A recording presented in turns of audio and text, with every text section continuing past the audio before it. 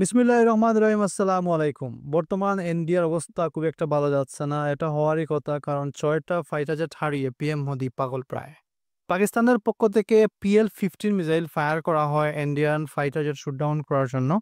এই শুটডাউন ইন্ডিয়াকে খুব মর্মাহত করেছে এবং এখন ইন্ডিয়া কি করতে যাচ্ছে? 5 অ্যাকচুয়ালি একটি গ্রুপ অফ কান্ট্রিজ, যেখানে আছে United state, UK, Canada, Australia, New Zealand এবং আরো ২ টা দেশ যুক্ত হইছে এখানে।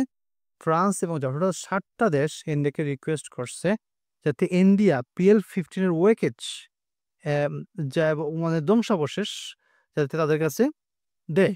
এই PL-15 দিয়ে কিন্তু রাফাল শুটডাউন করা হয়, SU-57 শুটডাউন করা হয় এবং PL-15 এর ওয়েকেজ কিন্তু ইন্ডিয়ার হাতে রয়েছে।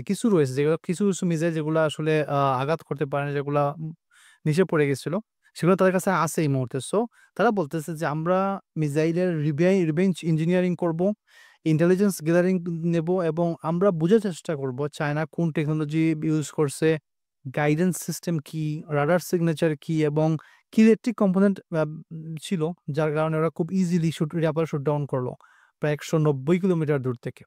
সো যেহেতু ইন্ডিয়া সামনে F-35 এবং SU-57 জেট কিনতে যাচ্ছে, তাদের বহরে যুক্ত করবে। সো PL-15 কিন্তু ওইসব জেটের জন্য কিন্তু ধ্বংসাত্মক হতে পারে। এইজন্য এই 5 আই বলতেছে যে আমাদের কাছে তোমরা এই ধ্বংসাবশেষগুলো দাও।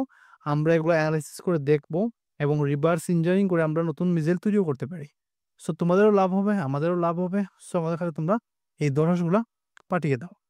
আজ এ পর্যন্তই। আসসালামু আলাইকুম।